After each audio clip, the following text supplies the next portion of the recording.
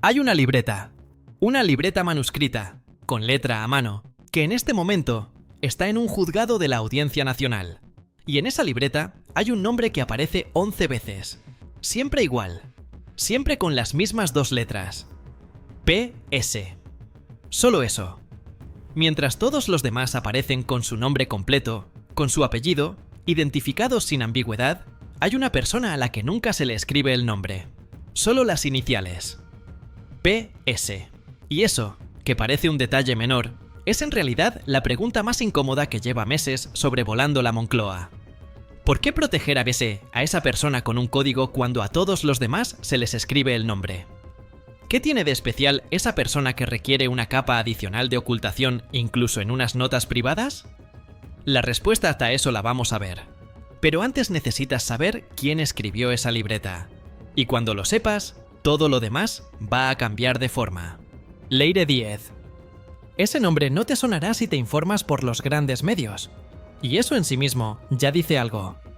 Porque el juez Pedraz, el titular del Juzgado Central de Instrucción número 6 de la Audiencia Nacional, lleva meses investigando a esta mujer como presunta coordinadora de lo que en el sumario se llama una estructura de interferencia política e institucional. Palabras del juez. Una estructura que, según el auto judicial, penetró la Fiscalía General del Estado, que llegó a la cúpula de la Guardia Civil, que tenía acceso a información reservada sobre investigados, que coordinaba periodistas, que operaba con recursos del Partido Socialista, y Leire Díez no tiene ningún cargo oficial.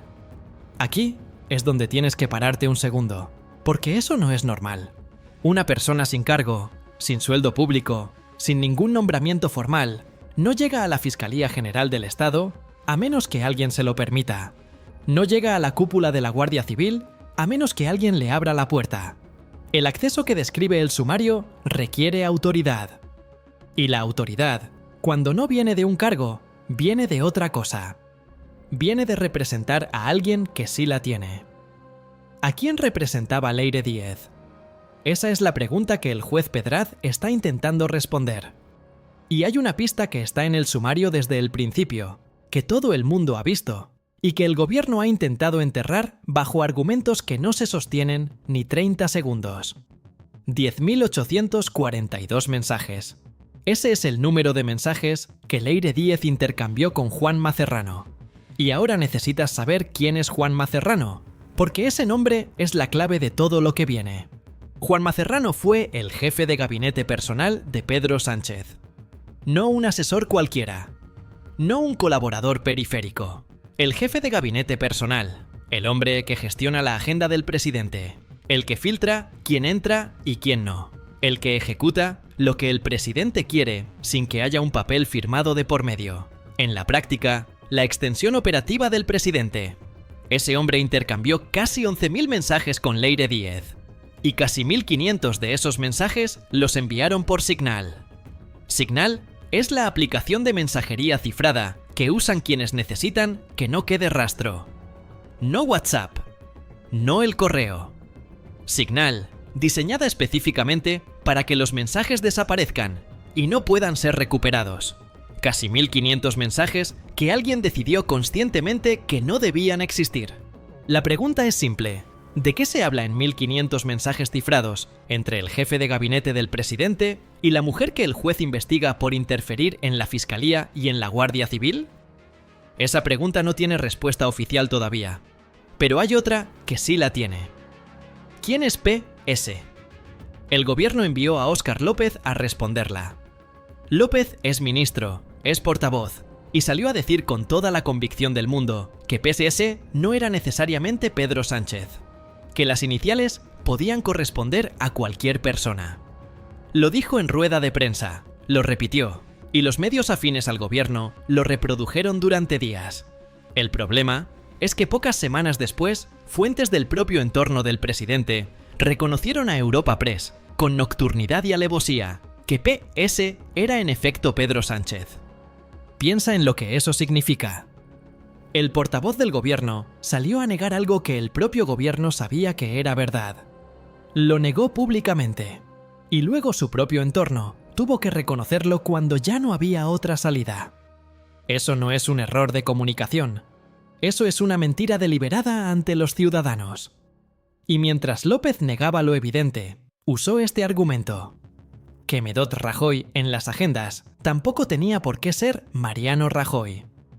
Que podría ser cualquier persona cuyo nombre empiece por M y cuyo apellido sea Rajoy. El nivel de ese argumento es el que es.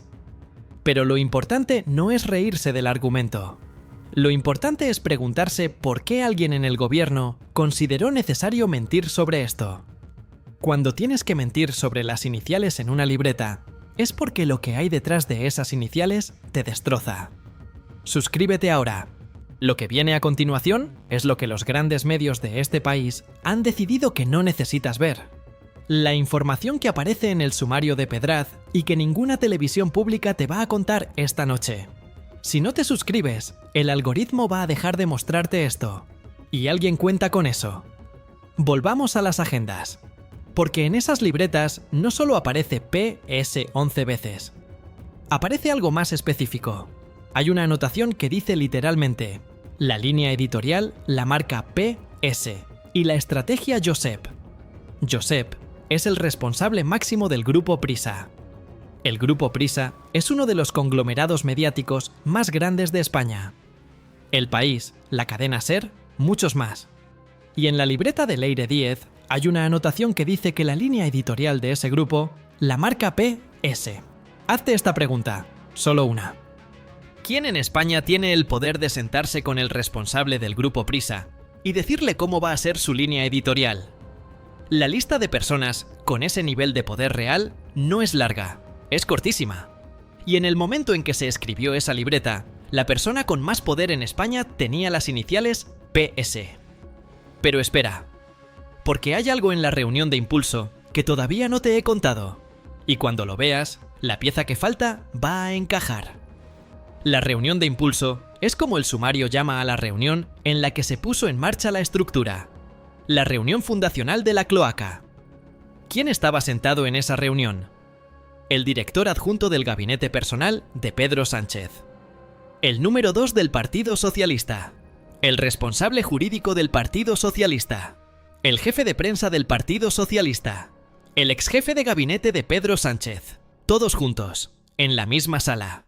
Y el objetivo declarado de esa reunión era, según lo que el sumario ha podido reconstruir, mejorar la defensa de Pedro Sánchez. Para defenderle a él. Todo el equipo del presidente, toda la cúpula del partido, reunidos para montar una operación cuyo propósito era protegerle a él. Y el gobierno quiere que creamos que él no estaba, que no sabía, que nadie le dijo nada, que fue el único al que se le escapó entre los dedos lo que su equipo más cercano estaba haciendo en su nombre. ¿Estamos seguros de eso? Hay una persona en ese sumario que conecta directamente la reunión de impulso con la trama Koldo. Se llama Rubén Villalba. Villalba era el topo, el infiltrado dentro de la trama Koldo que pasaba información hacia afuera. Y Villalba aparece mencionado en la reunión en la que representantes de la Guardia Civil y de la Fiscalía se sentaron con personas del entorno del gobierno. Fernando Grande Marlaska, que fue ministro del Interior, dijo que no había quedado acreditado que en esa reunión se hablara de la trama. Pero la reunión existió, y en esa reunión se mencionó a Rubén Villalba, el topo, el infiltrado en la investigación judicial. Y Marlaska era el ministro que estaba por encima de la Guardia Civil. Y por encima de Marlaska había una sola persona. Este es el momento en que ya no puedes pensar que son casos separados. El caso Koldo y el caso de la cloaca llevan meses presentándose en los medios como dos escándalos distintos, dos historias paralelas que coinciden en el tiempo pero no en la sustancia. Eso es conveniente para el gobierno. Porque si los ves juntos, si colocas las piezas en el mismo tablero, lo que aparece no son dos escándalos. Es un sistema. Un sistema con un centro, con una lógica, con un beneficiario.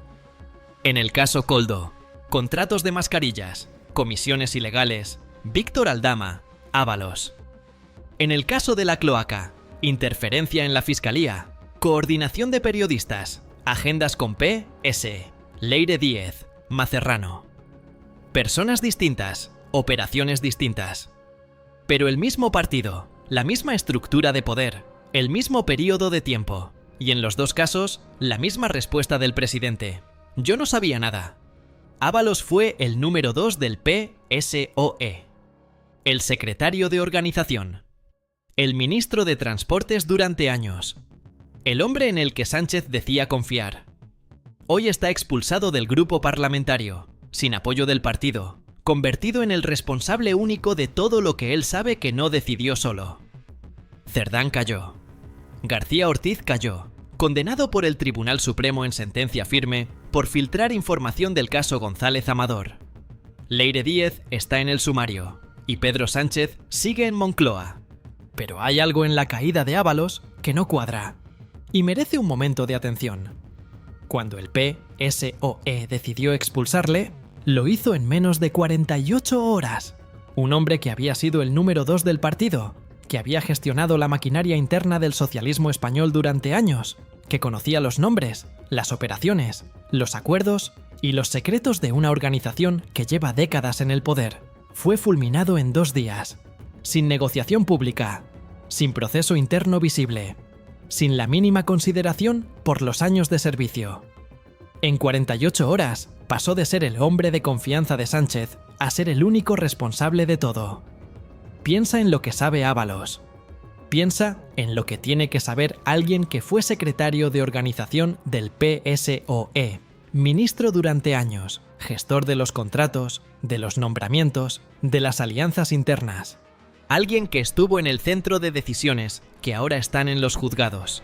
Ese hombre sabe cosas, muchas cosas, y sin embargo, lleva meses en silencio, guardando una calma que desde fuera resulta difícil de entender. ¿Por qué calla Ábalos? Hay varias respuestas posibles. La primera es que está esperando a ver cómo evoluciona la investigación antes de mover ninguna ficha. La segunda es que hay un acuerdo tácito, no escrito, del tipo que no se firma, pero que todo el mundo entiende. Si callas, no empeoramos tu situación. La tercera, la que más incomoda en Moncloa, es que Ábalos está guardando lo que sabe para el momento en que lo necesite de verdad. Para cuando la investigación le apriete tanto que la única salida sea hablar.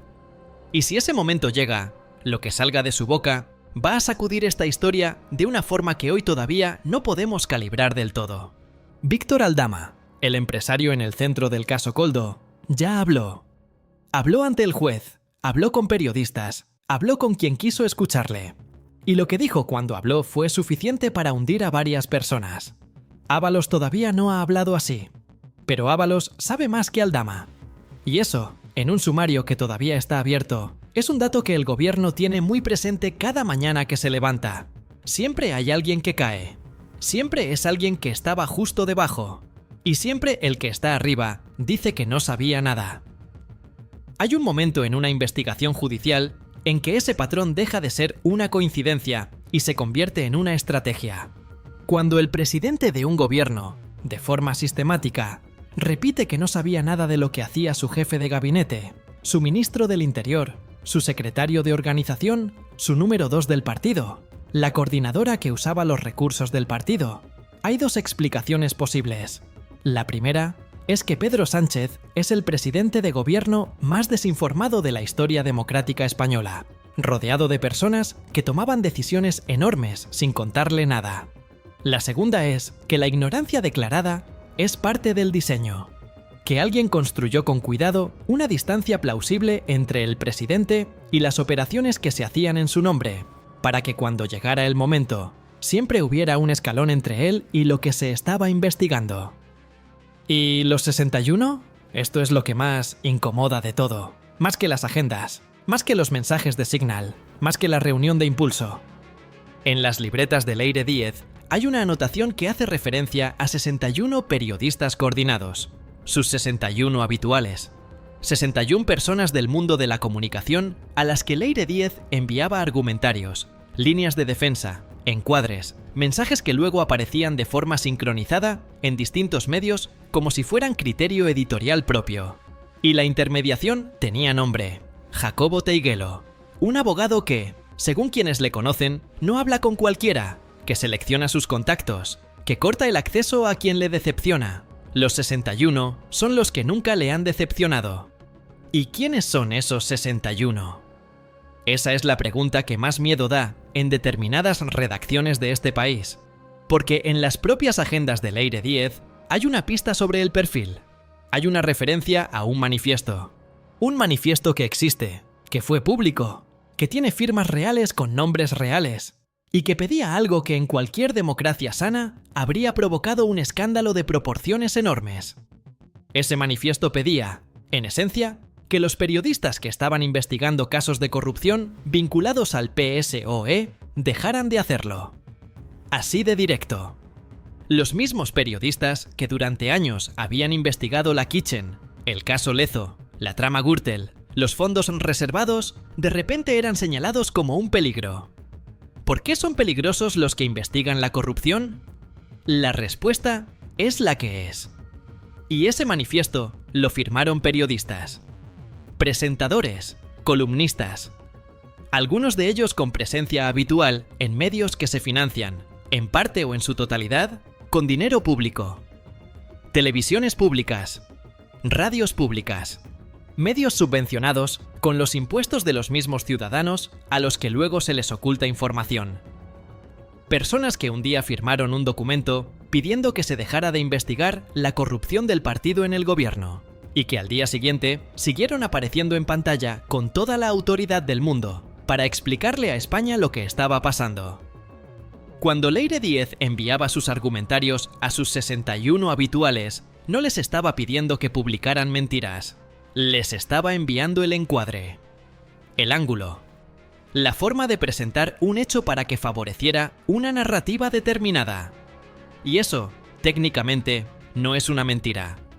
Es algo más sofisticado y más difícil de combatir. Es el control de cómo se cuenta la verdad. ¿Qué se enfatiza? ¿Qué se minimiza? ¿Qué pregunta no se hace? ¿Qué dato no se incluye? Así funciona la desinformación cuando la hace gente que sabe lo que hace. Y los 61, según las propias agendas, eran habituales. Gente de confianza. Gente que llevaba tiempo en esa dinámica y que sabía exactamente qué estaba haciendo. La lista completa no se ha publicado, todavía. Pero hay personas en este país que saben perfectamente si su nombre está en esa lista, y que llevan meses rezando para que no salga. Piensa en lo que eso significa para ti esta noche. Si estás viendo este vídeo, es porque el algoritmo te lo ha mostrado, o porque alguien te lo ha pasado. Pero hay una versión de esta historia que lleva semanas disponible en los sumarios judiciales, y que nunca ha llegado a los informativos de las televisiones que tú pagas con tus impuestos. Esa versión no ha llegado porque hay 61 personas que tienen un incentivo directo para que no llegue. Y porque la línea editorial, según la propia libreta de la investigada, la marca PS, ahora conecta los puntos. La cloaca necesitaba financiación, necesitaba contactos empresariales. En las libretas de Leire Díez aparecen nombres de grandes empresas: Indra, Prisa, Telefónica, Santander, BBVA. Algunas como aliadas. Otras, según lo que el sumario apunta, como objetivos de presión. El esquema es el que se ha visto en otras tramas de poder en otros países. Tienes algo sobre alguien, lo amenazas con sacarlo, y a cambio pides lealtad o silencio o dinero. Y para que ese esquema funcione, necesitas acceso a información reservada. Información que normalmente está en la Fiscalía, en la Guardia Civil, en los juzgados. ¿Ves por qué importa tanto que la cloaca llegara exactamente ahí? La investigación de Pedrad no ha terminado. Las agendas de Leire Díez son muchas páginas, y no todas están analizadas públicamente. Los mensajes de Signal que no se han podido descifrar todavía siguen en el sumario esperando. Y hay algo más. Hay una conexión entre esta investigación y otro nombre que lleva meses apareciendo en los márgenes de varios casos distintos. Un nombre que todavía no ha declarado ante ningún juez, que el sumario sitúa en un lugar incómodo entre la cloaca y el caso Koldo. Ese nombre lo vamos a ver en el próximo vídeo.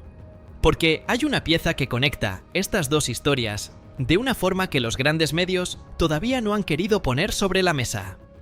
Mientras tanto, el gobierno sigue gobernando. Los medios afines siguen explicando que no hay nada que ver. Los 61 siguen coordinados. Y Pedro Sánchez sigue diciendo que no sabía nada. Comparte este vídeo. No porque nosotros lo necesitemos, sino porque hay gente en tu entorno que se informa por televisiones que tienen un incentivo directo para no contarles esto. Dales la oportunidad de verlo y dale a suscribir para que el próximo vídeo te llegue antes de que el algoritmo decida que no lo necesitas. Lo que viene es peor. Y eso, en esta historia, es mucho decir.